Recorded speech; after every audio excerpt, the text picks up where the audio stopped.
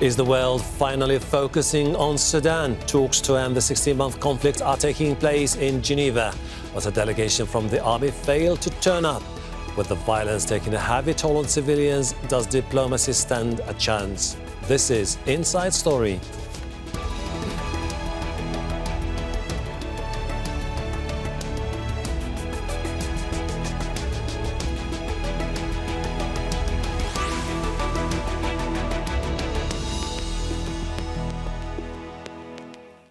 Hello, welcome to the program. I am Hashem Ahelbarra.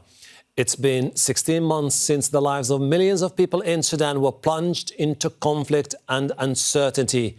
Since then, the fight for control between the army and the rapid support forces has spread across the country. The United States, in partnership with the African Union and regional body IGAD, is hosting a new round of talks to end the violence. But so far, only a delegation from the paramilitary group is present in Geneva. Its rival, the army, hasn't turned up.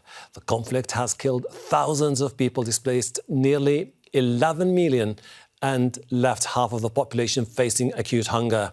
So where does this leave the prospect of a political settlement, and how much pressure can the US exert on both sides to reach an agreement? We'll put these questions to our guests in a moment, but first this report by Victoria Gatenby. Numerous ceasefires have come and gone in Sudan in the past 16 months. None has stopped the violence. The conflict between Army Chief Abdel Fattah al-Burhan and his former deputy Mohamed Hamdan Daglo, leader of the paramilitary Rapid Support Forces, has killed nearly 16,000 people and caused the world's worst displacement crisis. US-led talks are underway in Geneva to try to end the fighting, but the army hasn't turned up because representatives of the United Arab Emirates are included. It accuses the Gulf nation of arming its rival. We have stressed that they have a responsibility to be there, and we'll continue to make that clear, but I don't have any updates on that. The talks are happening more than 4,000 kilometres away from the eastern Sudanese city of Port Sudan. It's home to thousands of displaced people who fled the conflict. The important thing is that a real negotiation process takes place that will change the course of events in Sudan, so displaced people who came to this state and other states can return and find peace. We want peace that satisfies all Sudanese without excluding anyone. I hope people can go back to their homes, and those who've lost their homes can be helped. Sudan has struggled with unrest for years. In 2019, the military ousted longtime leader Omar al-Bashir. He was replaced by a civilian government, but it didn't last long. In October 2021, the military once again seized power. General Burhan took control.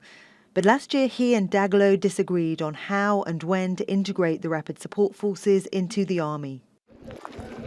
Fighting broke out in Khartoum and spread across the country.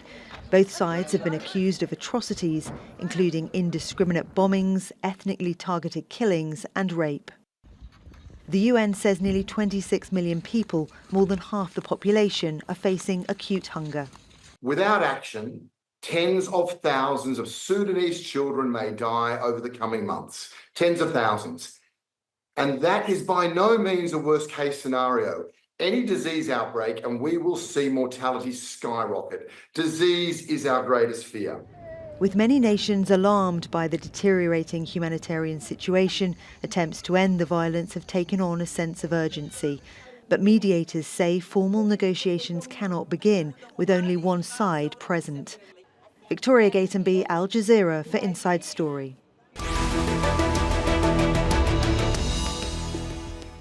Let's bring in our guests from Addis Ababa. We're joined by Dr. Alaaeldin Nugud, a surgeon and human rights defender. In Kampala, Hala Karib, the regional director of the SIHA network, which is the strategic initiative for women in the Horn of Africa, and Ahmed El Gaili, Sudanese lawyer and political analyst specialising in Sudan. Welcome to the program. Alaaeldin, normally when there is a meeting, you have a consensus, you have an agreement that all the parties are going to attend, but suddenly, last minute, the army decided not to attend the Geneva talks. Do you have any indication why the army is not showing up? Okay. First of all, thank you, Hashem, for having me in the ASI story. Actually, it's not just only from the last minute that the army didn't decide to come to Geneva, but actually the Sudan Foreign Affairs Ministry, it replied on the United States Department since the 30th of July.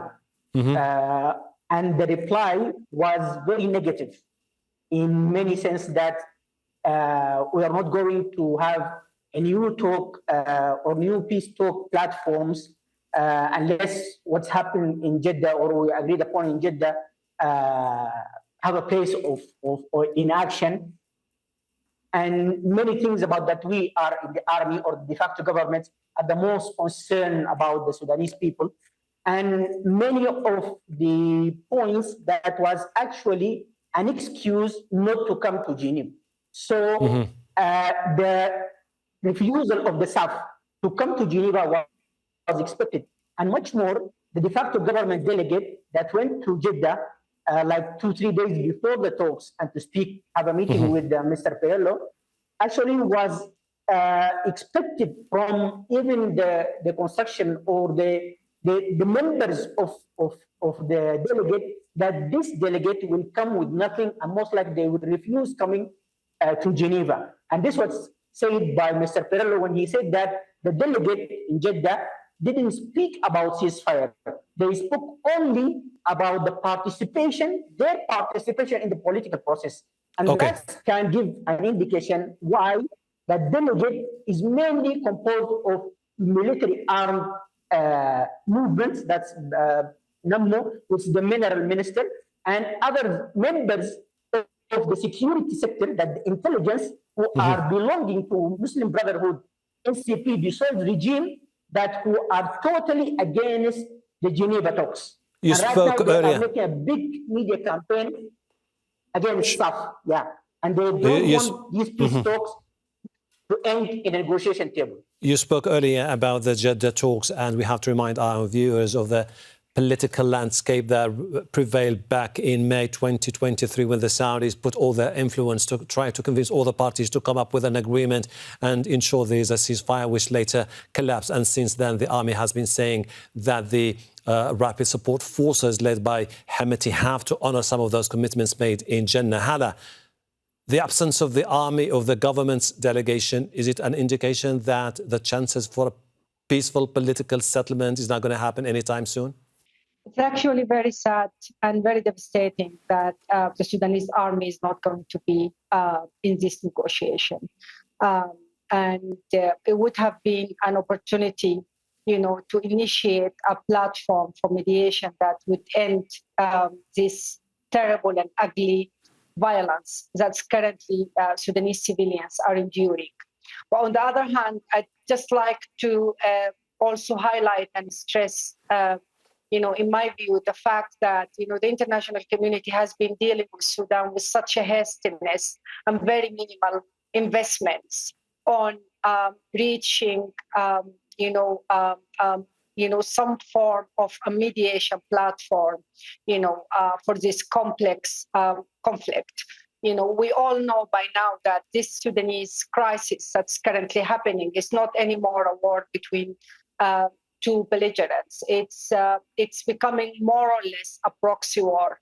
And that's something that has to be looked at and taken into considerations. And when the situation becomes that complicated, it requires much more efforts and much more investment and engagements with the multiple parties who are fueling this situation and contributing to it being ongoing, including, the whole issue of, arms that keeps coming, to equip, the parties to sustain this war, the issue of protections and the fact that civilian bodies have been used as weapon of war as well in this conflict.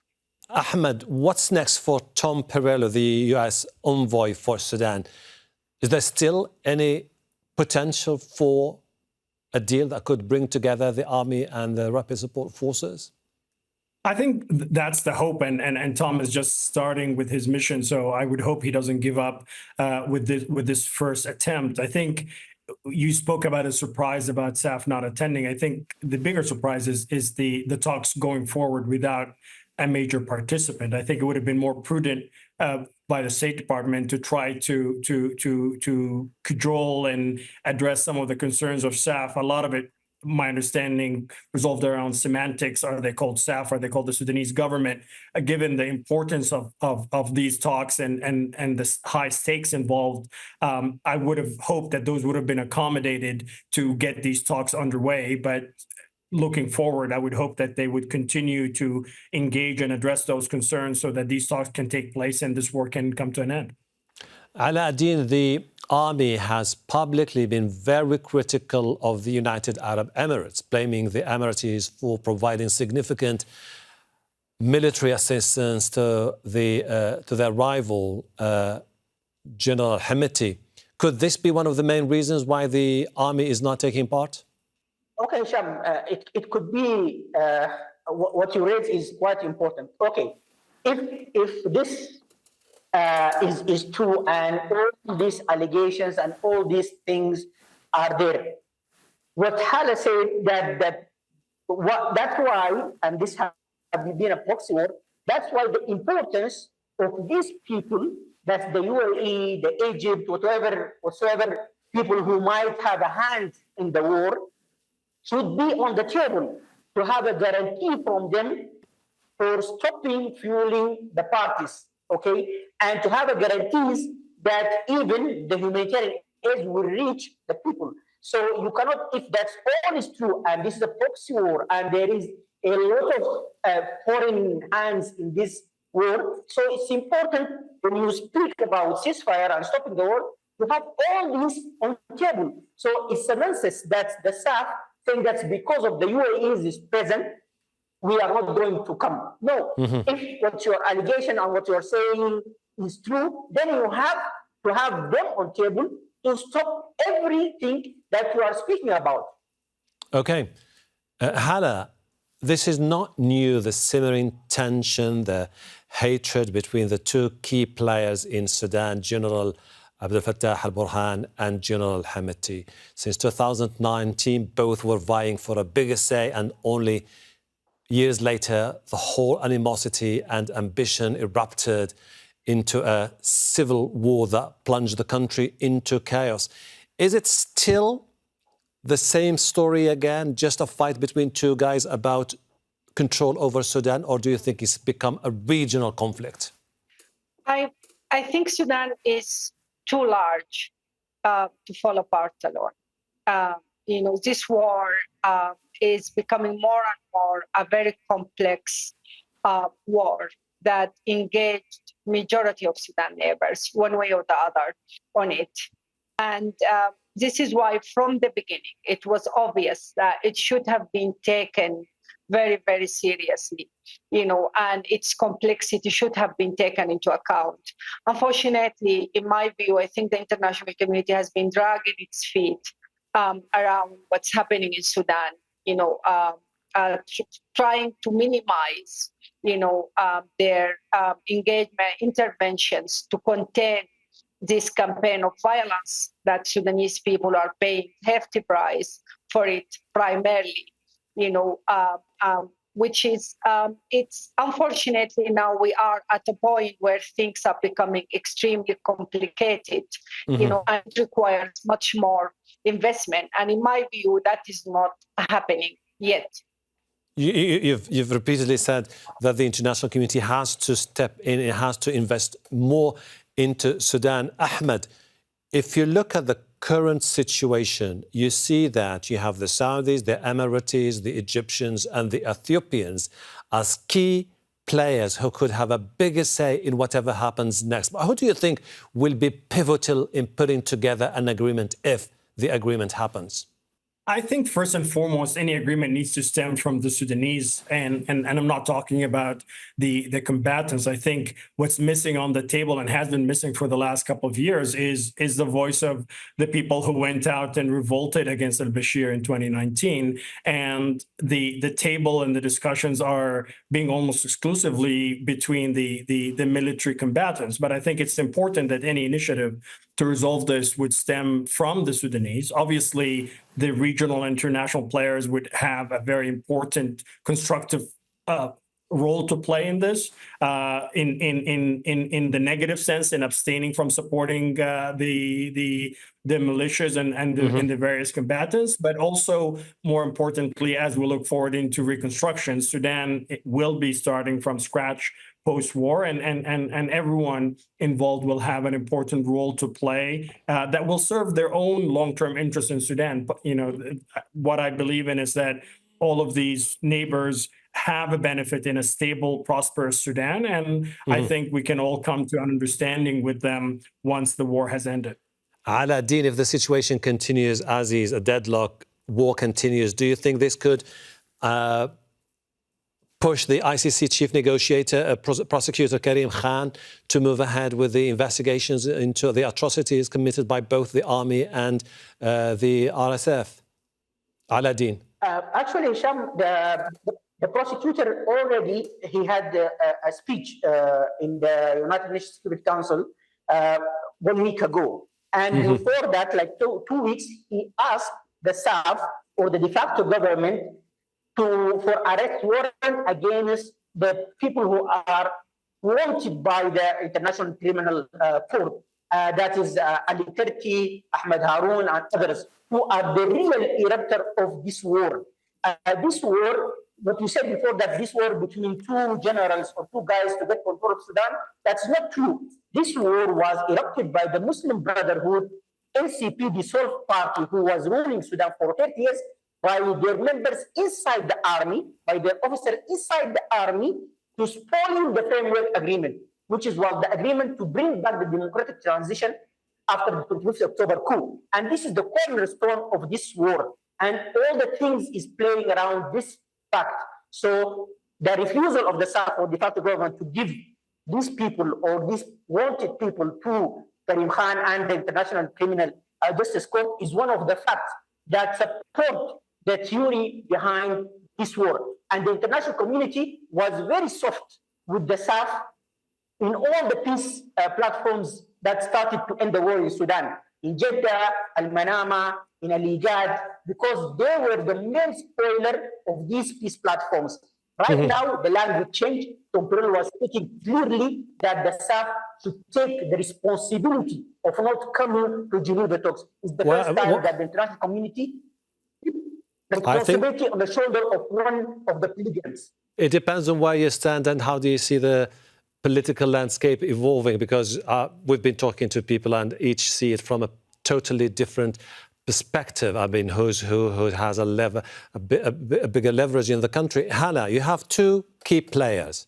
An army general who broke most of the promises he made to the people and who was also involved in a crackdown that killed hundreds of civilians who took to the streets asking for democracy. You have a warlord, General Hemeti, someone who has been behind most of the atrocities committed against civilians in Darfur, in Al-Fashir, in Khartoum, and in many places. Their presence, do you see it as an obstacle to peace and stability in the future? Do you think these two guys have to go before we can start to talk about a genuine permanent political settlement? Absolutely, their presence will not guarantee Sudan peace and stability. And I think, both generals, they shouldn't have a place in future Sudan. However, the way the current process is being approached, it's basically simplifying, the whole situation again. And it looks like, the international community for the, I don't know how many times, want to drag Sudanese again into a power sharing agreement where, putting the destiny, of a country that's at the moment literally in the status of collapse at the hands of the same people who caused this situation. And I think, the overall approach that's proven failure over and again, in the Sudanese political history of rewarding and keep rewarding, warlords, it's definitely not the right approach. And this is what I meant when I said that, there is minimal investments on Sudan's questions. And that has been the case, since the coup of October 2022. The overall efforts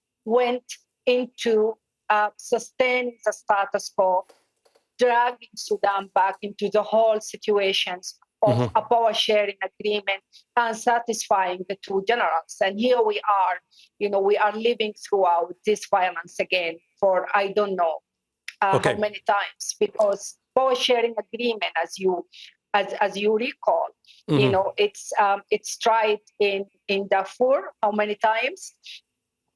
It's tried in South Sudan. If, of course, at the end of it, the South Sudanese people were able to gain independence, but generally, since the Darfur crisis started, most of the power sharing agreement ended up with a recycle of violence and with the expansion of the size of the scale of violence. Ahmed, you've heard what Hala has just said. Does it still make sense to talk about power sharing when 2019 the Sudanese people rose against autocracy and put together a new political establishment, only for them to see themselves betrayed by both the RSF and the military establishment, to the point where now they have absolutely no say over the daily lives and the political landscape in Sudan.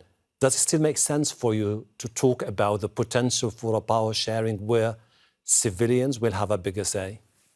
Absolutely not. I think there are many lessons from the past in Sudan, but one of them is that we cannot repeat the mistakes and reward bad behavior. We did it after the massacres in Darfur. We did it after the Khartoum massacre in 2019 and had the political power sharing. And that's why framing any talks and peace discussions needs to be with the right agenda and with the right participants. And by that I mean we need to agree on the basic parameters of the post-war before we gather people. So these parameters include, as Hala mentioned, there cannot be any future political role for either of these generals. We need to end the cycle of impunity. We need to have accountability for the RSF war crimes and crimes against humanity that have happened during this war, as well as what happened in the Khartoum massacre and in Darfur and before it. And then we need to focus on building a new Sudan that is led by the civilians that have not been heard from in the last 5 years. These are the parameters, but we can't just have talks for the sake of talks. And if the end goal of the Geneva talks is just to simply have a power sharing and a detente between Hemeti and Burhan so that they can share power and kill more Sudanese, then that's not a good outcome for Sudan. Alaaeldin, should we start to talk about addressing injustice and inequality in Sudan, the divide, for example, between the Arab elite and the sub-African communities, ethnicity in Sudan, those who are sidelined, battered, shellacked for decades, particularly in the Darfur region, before you can agree on how to move forward? Actually, Hisham, this is one of the major problems about Sudan since the independence, and this thing between the Arab identity and the African identity, and it was the cause of the war in the South Sudan and the independence of South Sudan, separation of Sudan, and the violence and the war in Darfur. But let me say something. What Ahmed said that about the civilian role and the accountability and finishing impunity, that all was there in the framework agreement in 2022. The framework agreement was not a sharing power. It's a totally, completely power for civilians. And dismantling 1989 Muslim Brotherhood SCP regime from the security sector, from the SAF, from the intelligence, and making a unified form and one national army and security sector. And that's why the Muslim Brotherhood, NCP, inside the army, for controlling the army for 30 years, erupted this war because the framework agreement was guaranteed their dismantling from all the security sector. And this actually was not totally, it was not a power sharing agreement. And that's why this Muslim Brotherhood was not tolerating that. This framework agreement was the ideal to get Sudan outside of the coup crisis and bring it back to the democratic transition and establish the new Sudan that we are dreaming of. Hala, you're the regional director of the Strategic Initiative for Women in the Horn of Africa. Where do you see yourself as a woman and the hundreds of thousands, millions of women in Sudan? How do you see the future? It's bleak, extremely bleak. And I'm not talking about women alone. I'm talking about female child. I'm talking about millions of children. Sudan at the moment has over, I would say, 12 million children, according to UNICEF, who are not able to have an education. You know, we have exacerbating, you know, numbers of women who were, and little girls who were exposed to sexual violence. We have massive numbers of women and girls who are subjected to slavery and forced labor. You know, this burden of conflict is being carried by civilians and carried by women. And this is why, in my view, any discussion, any conversation that does not take the issue of protections of civilians seriously, you know, it is largely counterproductive because the violence is going to continue. And it's really difficult to have a political process and negotiations, you know, around this bloodbath that's currently happening in Sudan. You know, Sudanese needs protections. There is a total failure in terms of protecting millions of Sudanese at this point in time. It's a dire situation indeed. We have to remind our viewers that the UN is saying that this conflict has killed tens of thousands of people in Sudan, internally displaced more than 10 million Sudanese and forced 2.3 million out of their home. Hala, Karib, Ahmed El Gaili, Alaaeldin Nugud, I really appreciate your insight. Looking forward to having this conversation with you in the near future. Thank you. And thank you too for watching. You can see the program again anytime by visiting our website, aljazeera.com. For further discussion, go to our Facebook page. That's facebook.com/AJ Inside Story. You can also join the conversation on X. Our handle is @AJ Inside Story. From me, Hashem Ahelbarra, and the entire team here in Doha. Bye for now.